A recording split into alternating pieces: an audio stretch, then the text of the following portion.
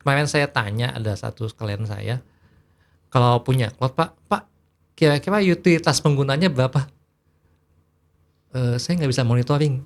Kalau buat yang aplikasi yang modelnya besar itu mungkin kita bisa akalin, jangan digunakan di cloud, langsung aja pakai colocation tadi.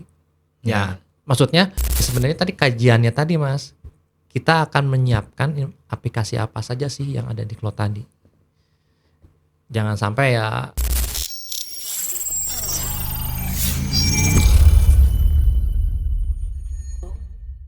Halo dan selamat datang di episode ke-17 dari SFit Talks with Expert to the Next Level. Nah, kali ini kita akan membicarakan ya terkait cloud repatriation. Sini saya sudah ada bersama dengan Pak Okta, expert dari Sharing Vision. Halo, situ dulu Pak. Halo semuanya, Sehat Pak? Saya sehat dong. Harus sehat. Alhamdulillah. Karena kesehatan adalah investasi yang paling mahal. Nah, ingat ya teman-teman, kesehatan adalah investasi yang paling mahal gitu ya. Kalau umur panjang tapi nggak sehat, gimana gitu. Ini dari saya ngeliat judulnya aja saya udah bingung nih. Cloud saya tahu, cloud awan. Repatriation. Nah, ini apa nih? Cloud repatriation. Apa ini, Pak Okta? Oh, jadi gini Mas Azizi. Jadi kan sudah mulai banyak ya yang menggunakan cloud. Cuma ternyata pengguna cloud ini mulai berpikir lagi dia.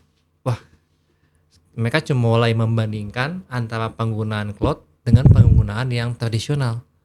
Kalau dia ngolah sendiri atau punya server sendiri, berapa sih cost-nya? Gimana sih cara ngolahannya?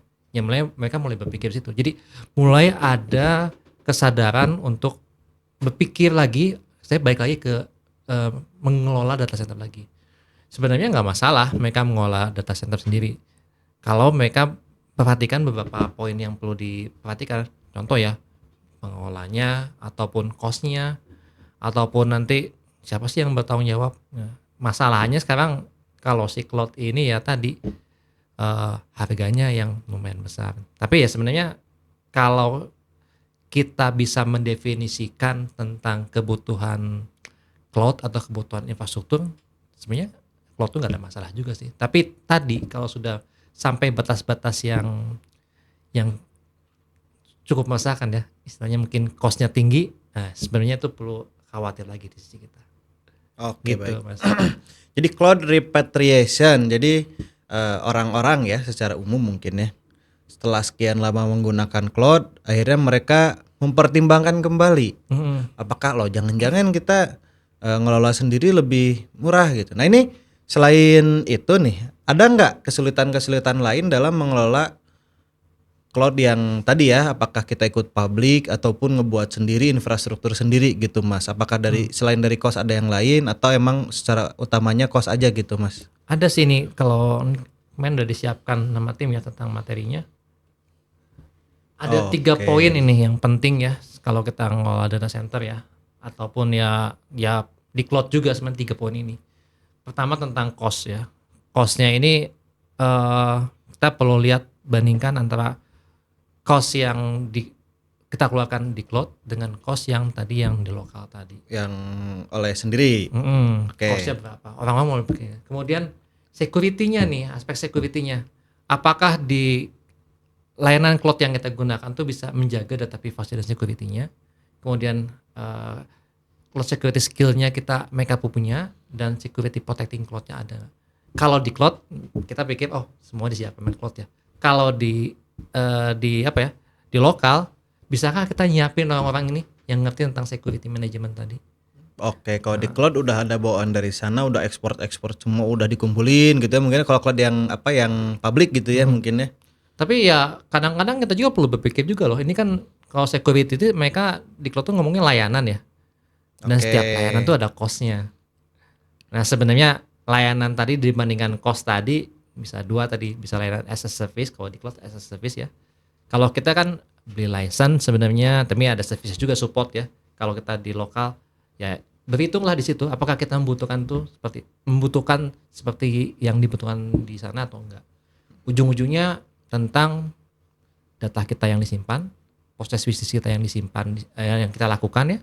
Kemudian ya proses bisnis itu maksudnya transaksi atau banyak banyak kegiatan di servernya kita atau gimana.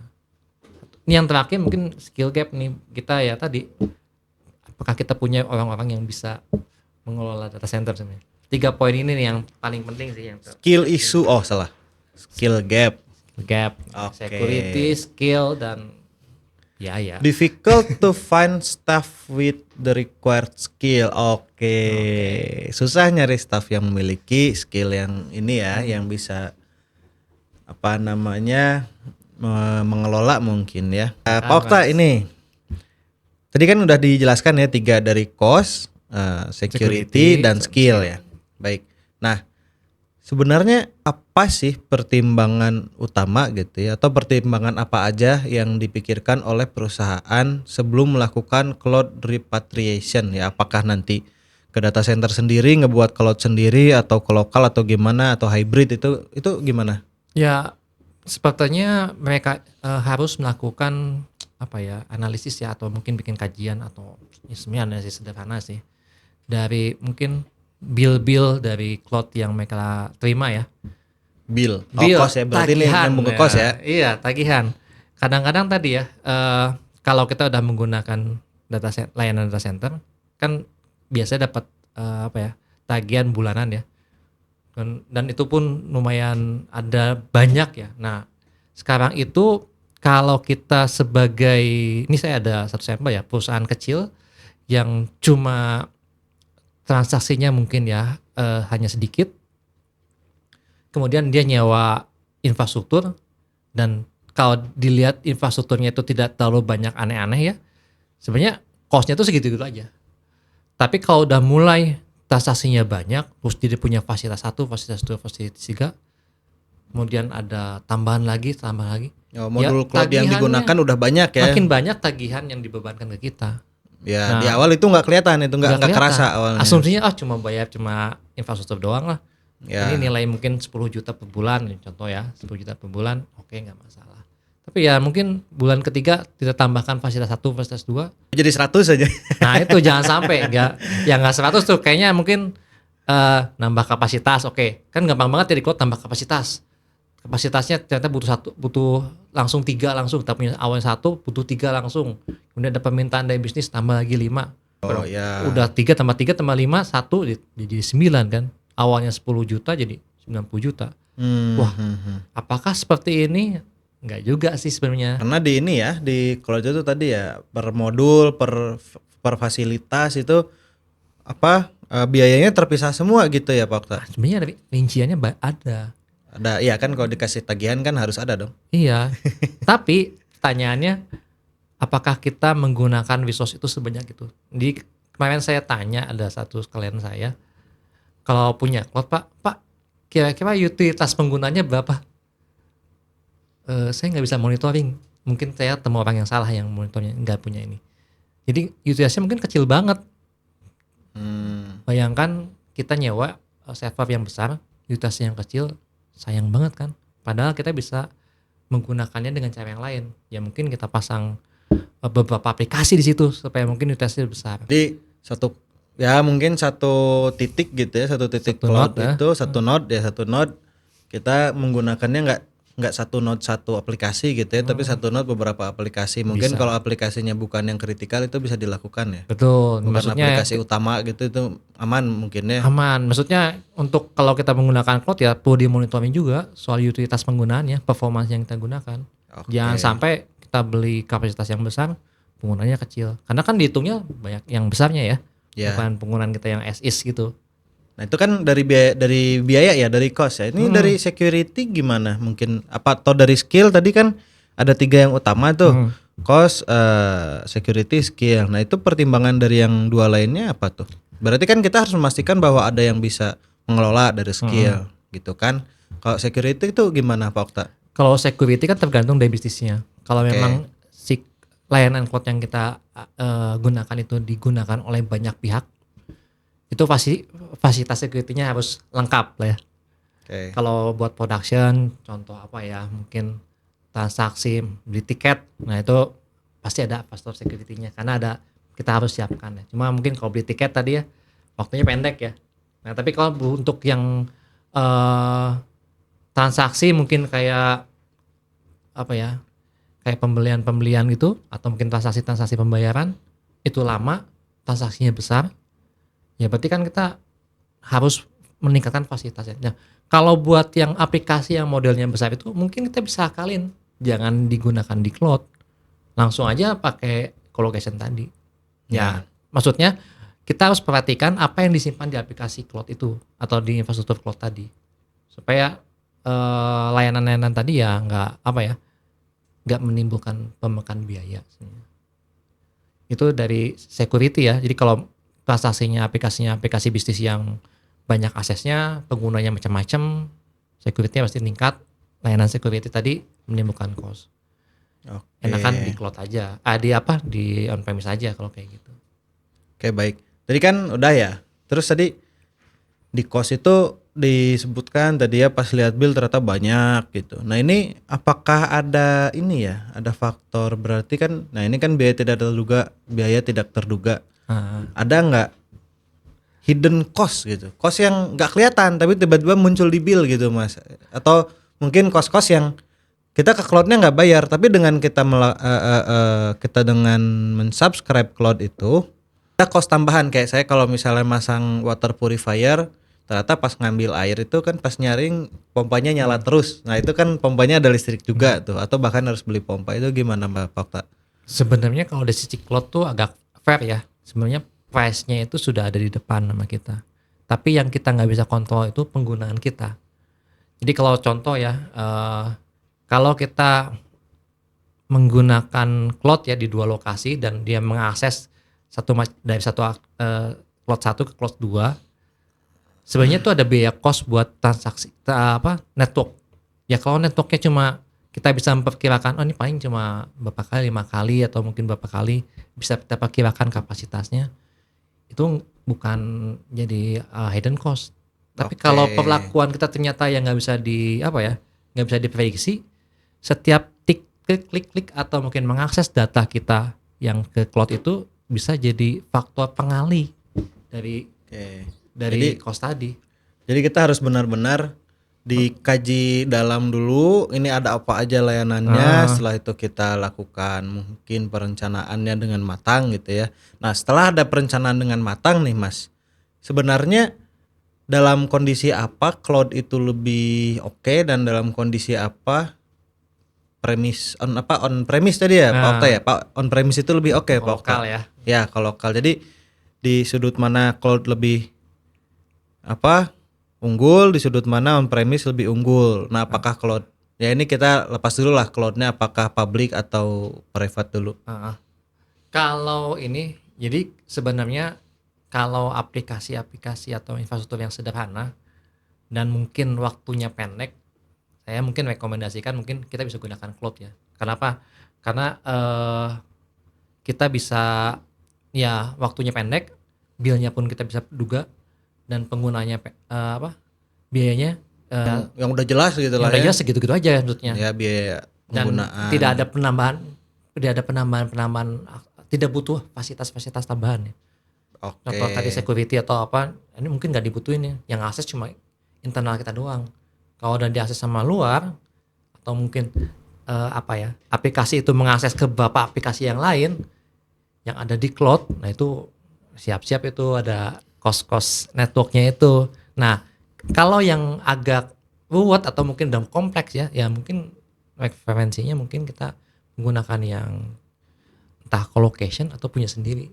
Data center sendiri, server sendiri. Baik. Nah untuk mengimplementasikan tadi yang kata Pak Okta nih, yang kapan harus pakai cloud, kapan harus on premise, itu strateginya baiknya gimana ya Pak? Sebenarnya tadi kajiannya tadi Mas, kita akan menyiapkan aplikasi apa saja sih yang ada di cloud tadi.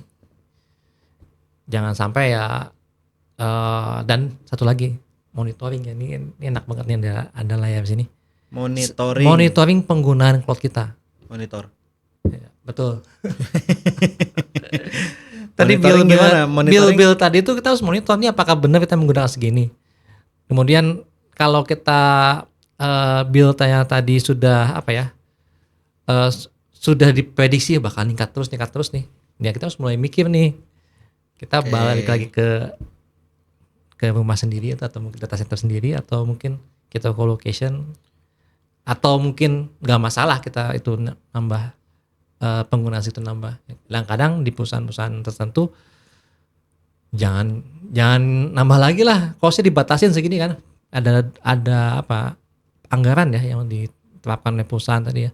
Jangan anggaran buat penggunaan cloudnya batas segini. Kalau udah lebih ini apakah ada solusi lain, alternatif lain ya?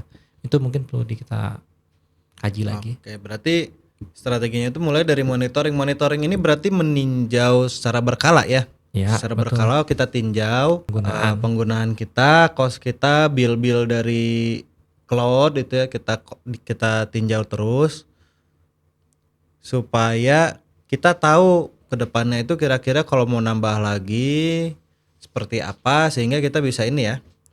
Kita pertimbangkan ini kalau nambah lagi costnya segini bro. Nah, apakah lanjut cloud makin mahal atau on premise, tapi itu bisa bisa dikaji. Jangan-jangan kalau ternyata aplikasinya aplikasi kecil-kecil gitu bisa disatuin, kalau dikasih di on premise malah nanti colocation gitu malah mahal biaya raknya, malah mahal biaya bulanannya gitu ya. Jangan-jangannya, tapi tetap harus dipertimbangkan gitu ya. Iya. Intinya berarti tadi menurut Pak Okta itu dari ditinjau terus ya, ditinjau dan direncanakan terus ya Pak Ya, Okta. kita harus fleksibel juga ya. Cloud kan fleksibel ya.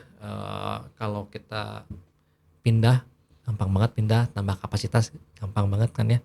Tapi kan itu perlu dilatih, ada dasarnya juga. Nah, dasarnya itu ya kita melakukan monitoring tadi. Monitoring, perencanaan, studi ya, studinya harus jalan terus ya.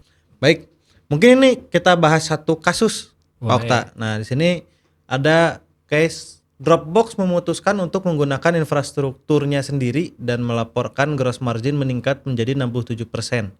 Jadi kan, nah ini gimana nih menurut Mas Okta? Ini kan dulunya Dropbox itu ikut dari Salah satu sama pengguna cloud ya. Amazon itu Nah, AWS ya. AWS ya.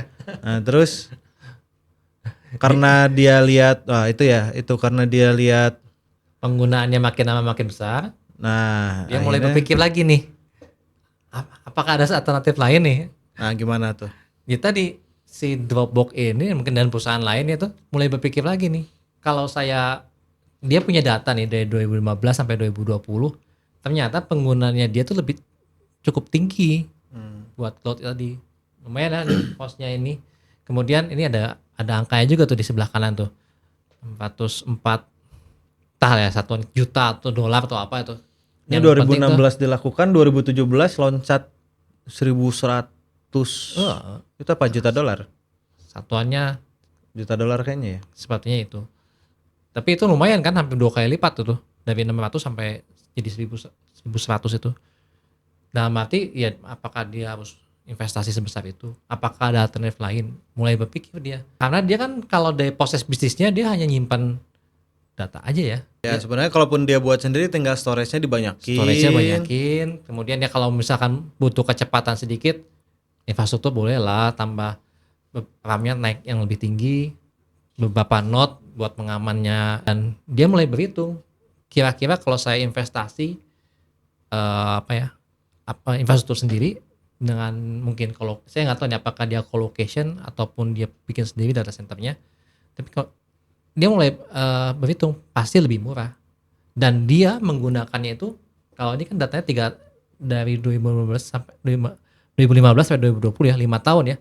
Dia bandingin tuh kalau 5 tahun penggunaan costnya, total cost ownership. Nah, Cost of revenue-nya malah turun ya. Iya, gara-gara itu. Jadi gara-gara penggunaan makin besar. yang tadinya gross marginnya 33% jadi 67%. Berarti gross margin itu kan keuntungan belum dipotong macam-macam lah ya gross marginnya. 33 jadi 67, berarti itu 34%-nya cost itu berarti Pak Okta. Iya, makanya. Jangan. Makanya dia berusaha motong cost-nya tadi.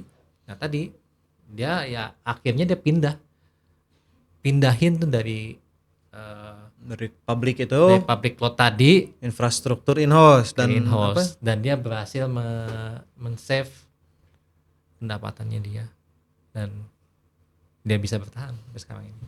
Loncat jauh ya. Nah ini contoh kasus ya teman-teman, ini ya mungkin kita belum sebesar itu mungkin. Ya iya betul. Tapi maksudnya perlu diperhatikan. Mungkin misal teman-teman startup gitu ya, mungkinnya baru mulai, cloud pasti akan lebih murah. Pertama Betul. karena kita cuma Costnya punya kecil. developer Ya, misalkan. kita masih coba-coba. Waktunya pendek. Gitu. Tapi kalau misalnya ini kan penggunaan udah jelas, dia udah jelas perkembangannya mau ke arah mana gitu kan, sehingga pada saat dia melakukan perencanaan memindahkan ya cloud repatriation jadi ke in-house dan colocation, itu cost yang akan keluar tuh dia sudah jelas-jelas diperhitungkan ya Pak Okta ya, udah dipertimbangkan apakah mau cloud, apakah itu juga bahkan sebagian in-house dan colocationnya itu sepertinya dia hitung juga ya Pak Okta. Baik, mungkin berdasarkan dari studi kasus ini, dari pembicaraan tadi, mungkin ada sedikit sepatah dua kata untuk closing statementnya Pak Okta. Ya, sebenarnya kan ini dari data di sini kan sebenarnya si Dropbox ini punya data ya. Kalau dia punya data, sebenarnya kita mulai berpikir, dan kita mulai bisa mengkaji apakah cloud ini bisa kita gunakan atau enggak selamanya, atau mungkin ya ada batas waktunya. Nah kalau tadi Mas Aziz udah bilang benar, kalau kita penggunanya buat yang startup, penggunaannya kapasitas kecil, ya mungkin rekomendasinya kita menggunakan cloud public nggak masalah. Tapi kalau udah mulai banyak, transaksinya udah jelas, penggunanya udah jelas, makin lama makin banyak, ya mungkin kita mulai berpikir lagi, balik lagi ke layanan yang digunakan di lokal ya. Ya mungkin itu, karena ya tapi kita harus nyiapin juga tadi, dengan tadi belajar dari cloud tadi, wah security-nya kita siapkan juga dampaknya ya, orangnya harus siapkan. Tapi kan kalau misalkan kita kapasitasnya besar, orangnya perusahaan yang kapasitasnya besar, ya orangnya tetap satu juga kan, yang penting aman kan. Nah itu sih Mas, jadi mungkin kita harus berpikir lagi untuk penggunaan cloud, dan kita mulai melihat diri kita sendiri, penggunaan kita seperti apa sih. Oke, baik,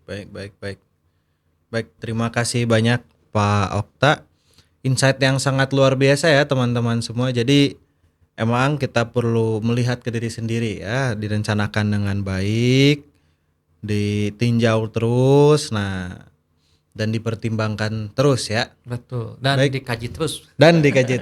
Baik, itu aja dari SW Talks episode kali ini. Terima kasih banyak teman-teman semua. Jangan lupa like, subscribe, dan klik loncengnya. Dan misalnya teman-teman ada masukan atau misalnya ada pertimbangan yang kurang juga, silahkan kalau mau komen. Tapi kalau mau komen baiknya loncengnya dinyalain dulu. Terima kasih. Terima kasih. Dadah.